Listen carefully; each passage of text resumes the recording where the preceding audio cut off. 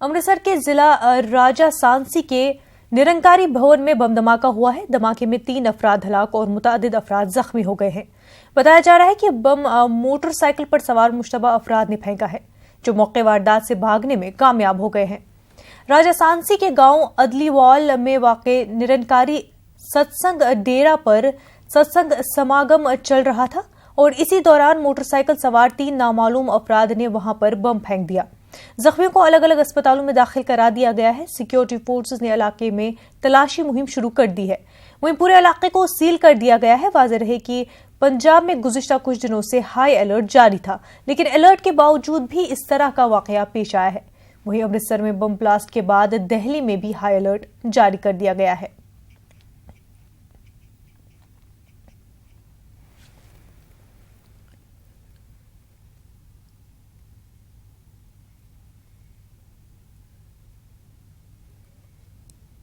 Five, 10 people are injured for that matter.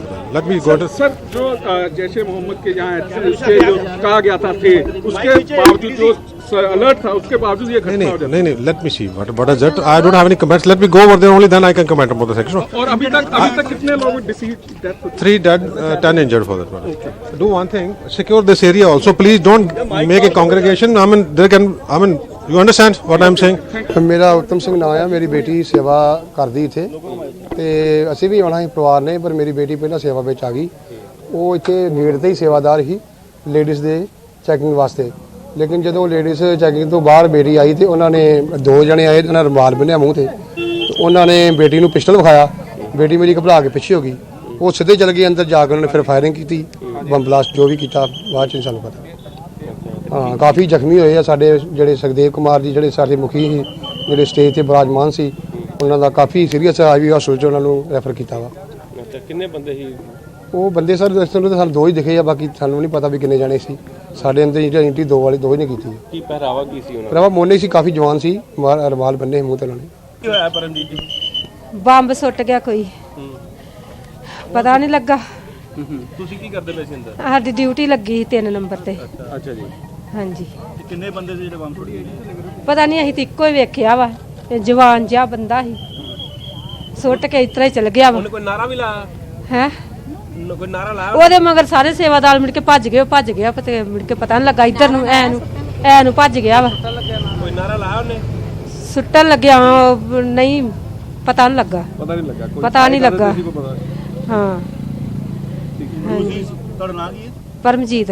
सुन च ਇਹੋ ਹੀ ਆਇਆ ਵੀ ਇੱਥੇ 2 ਜਣੇ ਆਏ ਆ, ਹੈਂਡ ਗ੍ਰੇਨੇਡ ਹੱਥ ਫੜ ਕੇ ਅੰਦਰ ਚਲੇ ਗਏ ਆ। ਹੁਣ ਇਹ ਆ ਵੀ ਚਲੋ ਮੰਨ ਲਓ ਇਹਨਾਂ ਦੇ ਇੱਥੇ ਬੰਦੇ ਲੱਗੇ ਹੁੰਦੇ ਆ, ਉਹਨਾਂ ਨੂੰ ਇਹ ਚਾਹੀਦਾ ਨਾ ਵੇਖਣਾ ਵੀ ਕੌਣ ਇਧਰ ਆ ਰਿਹਾ, ਕੌਣ ਅਣਪਛਾਤਾ ਵਿਅਕਤੀ ਤੇ ਦੂਰੇ ਪਛਾਣਿਆ ਜਾਂਦਾ ਵਾ। ਜੇ ਮੰਨ ਲਓ ਸੁੱਟ ਕੇ ਚਲੇ ਵੀ ਗਏ ਆ ਤੇ ਜੇ ਮਗਰ ਭੱਜਦੇ ਉਹਨਾਂ ਨੂੰ ਫੜਦੇ, ਕੁਛ ਨੂੰ ਪਤਾ ਲੱਗਦਾ, ਉਹ ਸਰਾਖ ਤੇ ਮਿਲਦਾ ਕਿਹੜੇ ਬੰਦੇ ਕਿਧਰ ਨੂੰ ਭੱਜੇ ਆ। ਬਸ ਆ ਹੁਣ ਅੰਦਰ ਪੁਲਿਸ ਆ ਗਈ ਆ ਤੇ ਕੋਈ ਸਮਝ ਨਹੀਂ ਲੱਗਣ ਦੀ ਵੀ ਕੀ ਅੰਦਰ ਹੋਇਆ। अपना पाठ पूजा करने के लिए उनके ऊपर एक ग्रेनेड अटैक किया गया है।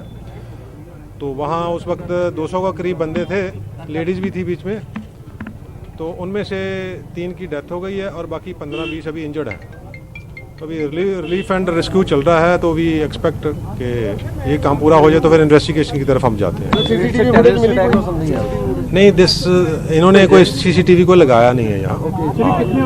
सर, कितने आदमी आए थे जब बम फेंका तो कितने बंदे थे? प्रिलिमिनरी रिपोर्ट ये सजेस्ट कर दिया कि 2 आदमी थे। तो उनके सर फायरिंग की उन्होंने? कोई फायरिंग नहीं की उन्होंने। सर, वेपन था उनके पास? वेपन उनके पास था। हाँ। सर, ग्रेनेड कितने फेंके? 1 ग्रेनेड फेंका है। और सर वेपन कौन से थे? It was a pistol only. Sir, कोई आइडेंटिटी हुई उन्होंने? आइडेंटिटी अभी हो जाएगी ना, थोड़ा इन्वेस्टिगेशन का मैटर है। हाँ, नहीं, Zakir Musa has nothing to do with this. एक दुखद घटना है। हिंसा और आतंकवाद, जहां भी ऐसा हमला होता है उसकी भर्त्सना होनी चाहिए, उसका विरोध होना चाहिए। सबसे बड़ी बात यह है कि ऐसी शक्तियां आज भी सक्रिय है, देश के अंदर भी, सीमा के पार से भी, जिससे भारत की सुरक्षा को हमेशा खतरा रहा है। पंजाब एक सीमावर्ती प्रांत है। अगर पंजाब में ये हुआ है, वो वहाँ का शासन और प्रशासन पहचान करेगा कि कौन दोषी लोग हैं इसके पीछे, कौन व्यक्ति हैं, कौन संगठन है, और उनके विरुद्ध सख्त कार्रवाई होनी चाहिए।